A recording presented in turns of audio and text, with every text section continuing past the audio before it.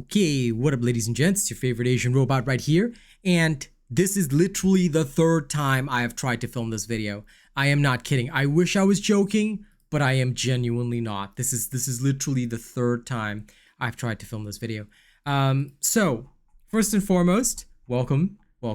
Today what I'm going to be doing is a showcase of all the 4 basic weapons in the game, their mechanics, and just the basics about them so you guys can grasp how they're used, what they do, and all that kind of stuff.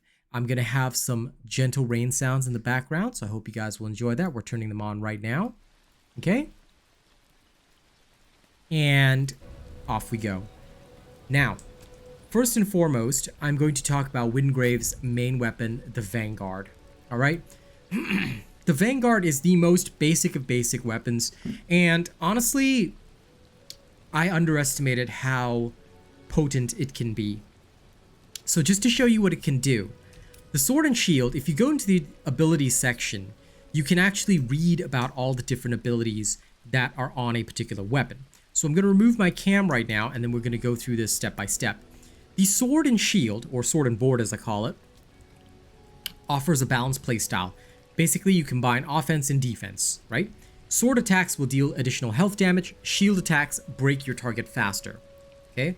Shields benefit from an improved block, and you can perform a block counter after blocking an attack. When I do the weapon showcase in the dungeons, I will actually showcase this technique to you guys, okay? I will not be able to showcase this on the training dummies, but that's okay, all right? Now, the weapon mechanic is called latent power. As you block and hit enemies with melee attacks, you will build up your latent power meter. When the meter is full, performing a block counter or a shield slam will bank a pip into your meter. Alright, you can store up to 3 pips. After that, you perform your weapon ability, and the more pips you consume, the stronger your weapon ability. Alright, that's the basics. Now let's test it out on a training dummy. Your sword combo, okay, goes up to 6 hits. Okay, that's my extra echo ability, don't worry about that. And your shield combo is 4 hits. Okay, so your shield combo, as you can see, the shield slam at the end is what banks the pip. So let's do this again. Alright, let's fully charge up my meter. And now, if you jump and shield slam, this can bank a pip as well. Alright, the other way is to charge up your shield and then slam it. Okay? The shield attacks are great for breaking targets, whereas the sword attacks deal more health damage, and it's ideal to use the sword attacks after you break the target. Okay? That's basically how it is, and that's how to use your shield. Your weapon ability, just so you guys know, alright, is more for just dishing out a lot of break damage. It doesn't actually do that much health damage. Just thought you ought to know that. Especially on the Vanguard, you might think it does a lot of health damage, but honestly, most people just use it's just good for armor breaking, that's all. It doesn't actually deal that much damage, alright? But it can instantly break a lot of targets, so it's pretty good in that regard. Okay, that is about it for the sword and board. Now we'll move on to my second favorite weapon, the axe. The Typhoon is an excellent weapon. In terms of its basics, the executioner weapon classes have a few things about them that is awesome. All melee attacks deal high damage to health and resilience. Alright, these are butcher weapons. Heavy input attacks are much slower, but they will build additional momentum and deal additional damage and break damage, right? You can perform an unlimited looping crossover combo by alternating your light and heavy attacks after a dash attack or at the end of a combo tree. While they are not as effective as the shield, you can block attacks with your executioner weapons. That being said, they do not have a block counter, unlike the sword and board. When blocking, you can perform an attack input which will do a quick shoulder tackle. It deals damage while reducing incoming damage. However, it doesn't fully block the damage, so just be a little cautious with that, okay? And it does consume stamina as well, so you can end up completely out of stamina if you use it at the wrong moment, so most people do not use it. Just thought you ought to know that. The momentum mechanic basically is, as you swing your weapon, alright, you will gain momentum. As momentum builds, incoming resilience damage is reduced, and you can attack for longer without being guard broken. Performing a weapon ability will consume all momentum and increase the power of the ability for each level of momentum consumed. You can have up to 3 levels of momentum. The ability for the Typhoon is to consume all momentum and perform a strong overhead slam. The direct hit will sunder the target, increasing all damage taken by 10% per momentum level consumed. So you can get up to a 30% damage increase on the target. Okay, this is equivalent, now for those of you who've played Diablo, this is like a 30% vulnerable multiplier on the target. It's huge. Alright, so the axe, or rather any two-handed weapon, is absolutely devastating in combat. Now, for some reason, momentum doesn't build on training dummies, but that's okay. I'm going to show you. 1, 2, 3, and 4. That's your light attack combo. Okay, it's a 4 swing. 1, 2, and 3 is your heavy. Okay? Now, you can perform at the end of a combo, or after a dash tackle like that, you can perform a looping crossover. Let me show you how. Dash tackle, light, heavy. Okay, that ends it. Oh, sorry, that was incorrect. Let me show you from the light combo first. It's a lot easier. 1, 2, 3. Then I press heavy. Okay, then I alternate with light, heavy, light, heavy, light, heavy. Okay, this is the unlimited looping crossover. You can do the same after the dash tackle. So because the dash tackle is a light attack, you have to perform a heavy after. Now, if your dash tackle is a heavy attack, you cannot perform the looping crossover. So when you dodge, you perform this light dash tackle. You swing heavy after that, and you can start the crossover combo. Then this will just go on forever. You can just keep swinging this as much as you want. The key time to use this is after the enemy has been guard broken, so you can endlessly swing that. However, keep in mind that because it doesn't perform a finisher right after, you do not cool down your abilities instantaneously. Alright? It's mainly used once the target is guard broken. You just want to abuse them. That's the way to use the crossover combo. Okay? That's basically it. You can also perform a jump slam as per normal. Okay? And when you're blocking, this is what the shoulder rush will look like. But it does consume stamina, so just be aware of that. Okay? That is it for the axe. Now, let's move on. You've seen the axe, you've seen the sword and board. Let me introduce you to the dual daggers. And what I like about this game is that every character can use every weapon. Or so it seems. Wingrave can use all of them anyway. Let's talk about the daggers. Cam's going away again. Alright. First and foremost, the daggers, or the twin strikers weapon class, specializes in a high frequency of attacks, high damage over time, and high mobility. Deals low guard break damage, okay? You can perform a parry, which is a timed deflect, okay? Unlike the block, where you can just hold up your shield and then block counter after any block, the parry requires timing. However, if you parry, you will stagger attacking enemies and avoid damage, alright?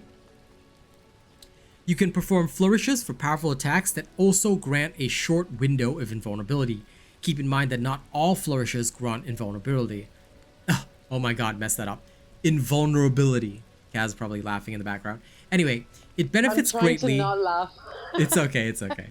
It benefits greatly from the heat of battle, and you are able to build your combo multipliers quickly. You can build up to a 3 times multiplier, unlike other weapons, which go up only to 200%. Okay? And the damage starts low but ramps up greatly over the course of the dagger combo. Now, for the blade dance mechanic, right, you will build flourish points with every 4th consecutive melee attack. Keep in mind that this is on hits, not how many button inputs you do, because some button inputs hit twice, okay? Tap the heavy input to spend all your stored points, and perform different flourishes depending on how many flourish points are spent. 0 flourish points will perform a weak spin attack.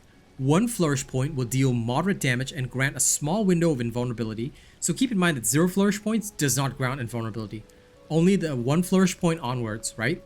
You'll get a small window of invulnerability during the attack and get a 15-second weapon power buff. Alright? 2 flourish points is a single direct powerful attack. It will refresh the buff and grant a small window of invulnerability. 3 flourish points is a powerful area attack, refreshes the weapon power buff, and you are invulnerable during the attack. Alright? Each point you spend increases the blade dance meter, and when filled, you can use your weapon ability. The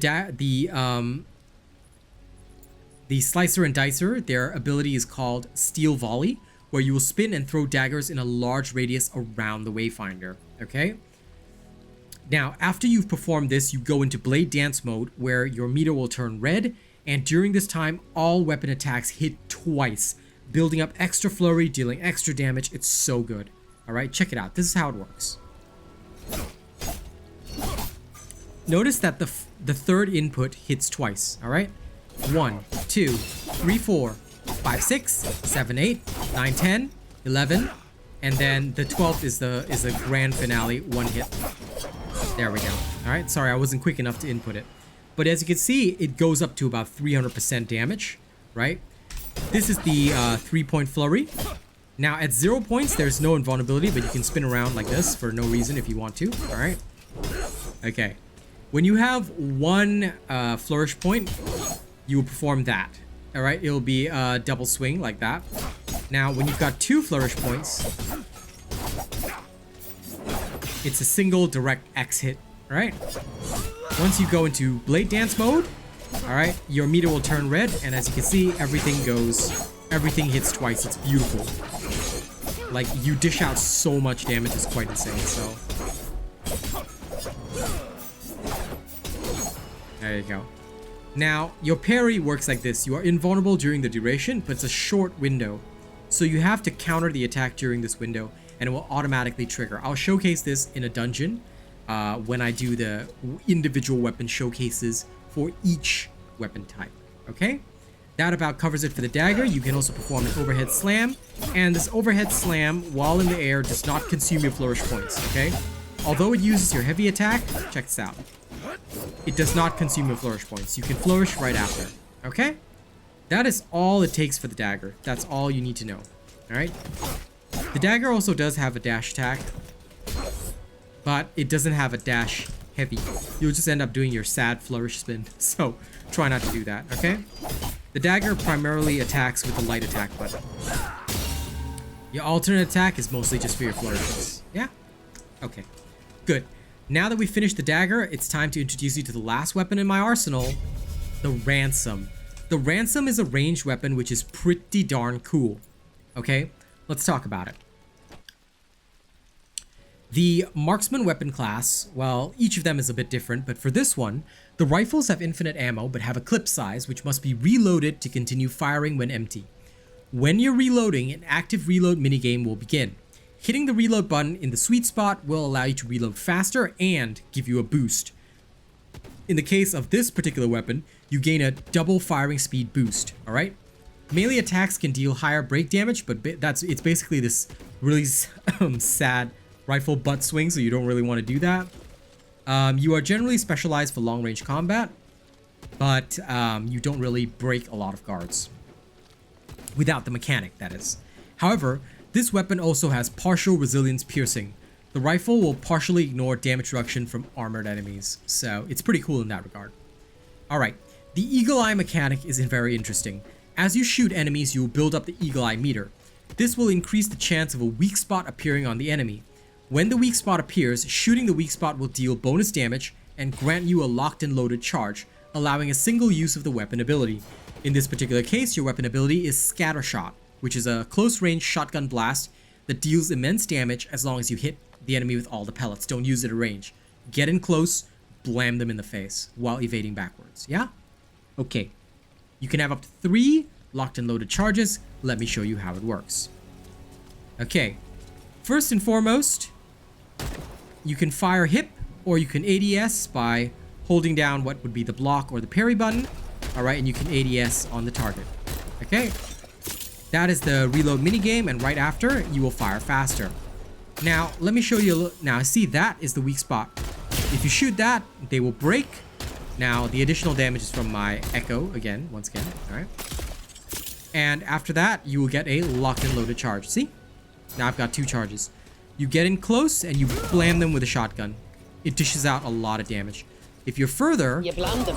And you blam them, yeah. You don't deal as much damage. Yeah? Alright.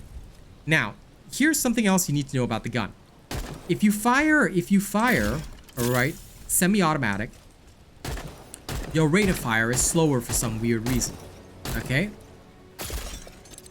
But if you hold down the fire button, your fire rate is slightly higher. This becomes even more obvious when you actually do an empowered reload. So let's ADS, all right? Empowered reload. This is what it's like firing semi-automatic, yeah? But if I fire by holding down the trigger, did you see how that was faster? Yeah.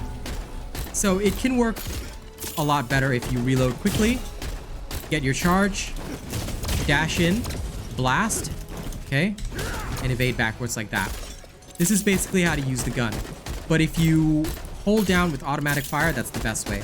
So just get used to it, and every time the reload minigame comes up, pop the target and you will dish out immense damage, okay? Plain and simple, that's how to use the Ransom. It is a fantastic gun, but I'm just going to leave you with one extra tidbit before we end this video. The Ransom has one little extra thing. Now, this is particular to Wingrave, but his character passive is that he produces a healing pulse. Melee finishers heal Wingrave and one nearby ally. Did you know that although it says melee finishers, you can actually trigger this with the Ransom as well, which is hilarious. Although it won't really show you the healing pulse for some god-awful reason, maybe it is a bug that I don't know about, but anytime you get a locked and loaded charge, right, by hitting the weak spot, you will also produce a healing pulse. This will be shown in the dungeons when I actually do the combat showcase, but it is hilarious. You actually do heal up from that, and I quite like it. You can see right now, I don't know if you can, but the buff icon for my healing pulse just came up in the bottom left hand side. Yeah, so that is how I know that this works, and I've gotten it to work so many times in the dungeons. It's beautiful. So you can heal yourself while firing at range at the enemy. Sure, you're not going to deal as much damage as Silo is, but hey, you're going to be in a pretty good situation. So I'm just going to say that it's pretty cool. All right, that is it. Thank you very much for watching this video. I hope you guys have been introduced to all the basic weapons. You can purchase them all from Arsenal. All right, if you need to know who that is, well, I'm sure you should know by going through the tutorial, but go into Skylight and you'll be able to find Arsenal. You can buy each of the basic weapons. You do not have to craft them, and then you can play around with them and, you know, enjoy them in whatever way you see fit. All right, me personally, I'm probably going to play all of them and figure out, you know, which weapon type works best for me, and then I'm going to go with that. Sword and board, honestly, is pretty fun. I'm looking forward to crafting my first legendary sword and board soon. But yeah, that's basically about it. Thank you very much for watching this video. Don't forget to like, share, and subscribe if you want to see more Wayfinder content and if you like tutorials like this, okay? And before we go, I always thank all of the channel members that make these types of videos possible, okay? I'm going to go and pull up my list right now. Give me one teeny tiny second to do that. Okay. Starting right at the tippy top. All right. We're going to break the earth. No, I'm kidding. All right. Our top tipper is Big Chungus. All right. Top tipper list, Jason Leaving, MjRiffle. Top super chatter, Big Chungus and... sorry, Kaz? You said it was, what was his name? Something Leaving? Said, oh, don't leave. Jason Leaving. Yeah. You nerd. Oh, don't leave, Jason. Top super chatter, Big Chungus and Ender are tied. Top super chatter list, Marcus Carrillo, Juan San, Mike Cawthorn, Daryl Neo, Tim Edmondson, MjRiffle, I'm Not That Guy.